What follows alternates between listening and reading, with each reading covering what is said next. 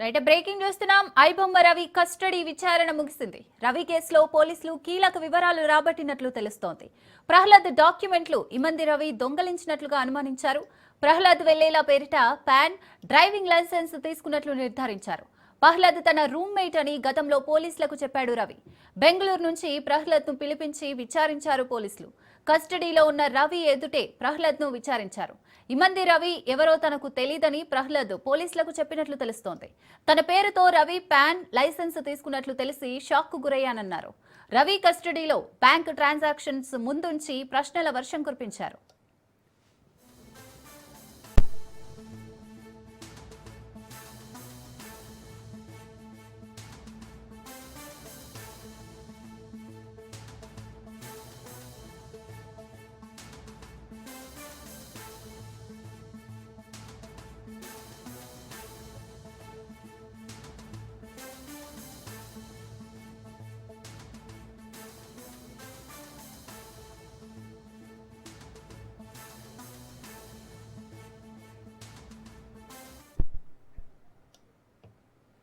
IBomma Ravi custody విచారణ ముగిసింది. రవి కేసులో పోలీసులు కీలక వివరాలు రాబట్టినట్లు తెలుస్తోంది. ప్రహ్లాద్ డాక్యుమెంట్లు ఇమంది రవి దొంగలించినట్లుగా అనుమానించారు. ప్రహ్లాద్ వెళ్లేలా పేరిట పాన్, డ్రైవింగ్ లైసెన్స్ తీసుకున్నట్లు నిర్ధారించారు. ప్రహ్లాద్ తన రూమ్మేట్ అని గతంలో పోలీసులకు చెప్పాడు రవి.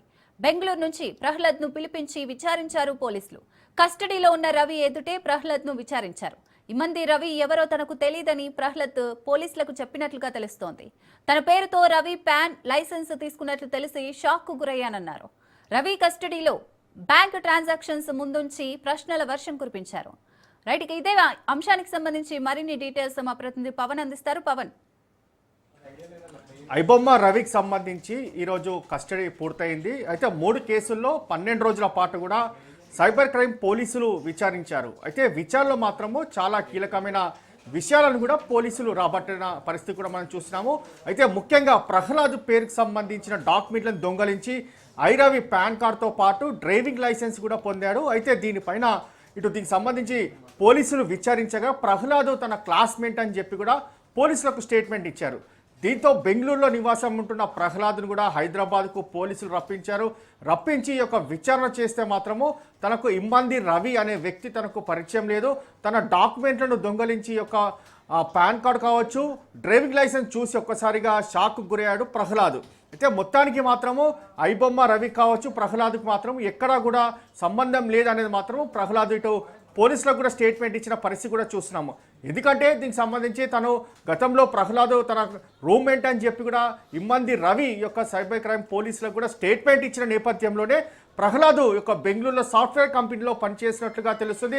అతన్ని హైదరాబాద్ కూడా పిలిపించారు. హైదరాబాద్ పిలిపించి మరి ఈరోజు విచారణ కూడా కొనసాగించారు. నిన్న విచారణ కొనసాగించారు, ఈరోజు కూడా విచారణ కొనసాగించారు. ముఖ్యంగా ఐబొమ్మ రవి ముందు పెట్టి మరి ప్రహ్లాద్ను విచారించగా అక్కడ మాత్రము ఎలాంటి విషయాలు మాత్రము రవి చెప్పలేని పరిస్థితి కూడా మనం గమనిస్తున్నాము. అయితే ఈ రోజుతో ఈ యొక్క 12 రోజుల కస్టడీ కూడా ముగిసింది. అయితే ఉస్మానియా హాస్పిటల్ కూడా తీసుకెళ్లారు. అక్కడ వైద్య చికిత్సలు కూడా అనంతరం కూడా కోర్టులో హాజరుపరిచి తిరిగి చెంచల్ కూడా జైలు కూడా పంపించిన పరిస్థితి కూడా చూస్తున్నాము. అయితే ఈ కేసుకు సంబంధించిన విషయంలో చూస్తే మాత్రము చాలా కీలకమైన అంశాలను కూడా సైబర్ క్రైమ్ పోలీసులు కూడా రాబట్టిన పరిస్థితి కూడా చూస్తున్నాము. ముఖ్యంగా సినిమాకు సంబంధించిన పైరసీ ఎవరు చేసేవారు, దానికి సంబంధించి సర్వర్ను ఎవరు హ్యాక్ చేసేవారు, దీనికి సంబంధించి పూర్తిగా బ్యాంక్ ట్రాన్సాక్షన్స్ ఎవరు చూసుకునేవారు అనే దీనిపైనే ముఖ్యంగా పోలీసులు విచారణ కొనసాగించిన నేపథ్యంలో మరికొంతమంది పేర్లను కూడా రవి ప్రస్తావించినట్లుగా తెలుస్తుంది. అయితే మరికొన్ని రోజుల్లో ఈ యొక్క పైరసీకి సంబంధించిన సినిమా దానిపైన మరికొన్ని అరెస్టులు కూడా జరిగే అవకాశం కూడా కనిపిస్తుంది. ఎందుకంటే ఇప్పటికే ఈ కేసుకు సంబంధించి లావాదేవీల ట్రాన్సాక్షన్ కావచ్చు, ఈ యొక్క సినిమా పైరసీకి సంబంధించిన ఈమెయిల్ అడ్రస్ కావచ్చు, అంతేకాకుండా ఐపీ అడ్రస్ సంబంధించిన నేపథ్యంలో కొంతమందిని గుర్తించారు. కానీ వాళ్ళ పేర్లను మాత్రము పోలీసులు చాలా గోప్యంగా ఉంచుతున్న పరిస్థితి కనిపిస్తుంది. ఒకవేళ వాళ్ళ పేర్లు బయటకు వస్తే మాత్రము వారు పారిపోయే అవకాశం ఉంటుంది అనేది మాత్రం ప్రధానంగా ఇక్కడ పోలీసులు చెప్తున్న పరిస్థితి కనిపిస్తుంది. మొత్తానికి మాత్రము ఇప్పటికే 12 రోజుల పాటు విచారించారు పోలీసులు. అయితే 3 కేసుల్లో అంటే ఒక్కొక్క సినిమాకు సంబంధించిన పైరసీకి సంబంధించి 3 కేసులు తాజాగా నమోదైన నేపథ్యంలో నాంపల్లి కోర్టు అనుమతితో 12 రోజుల పాటు విచారించారు. ఈ రోజుతో కస్టడీ ముగిసింది.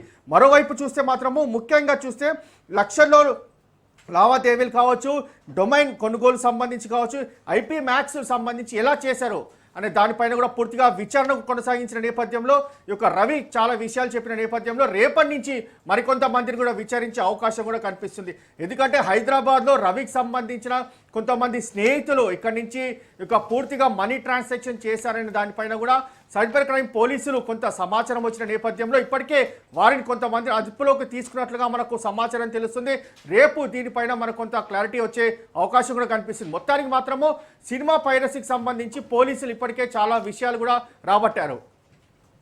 Right, thank you Pawan.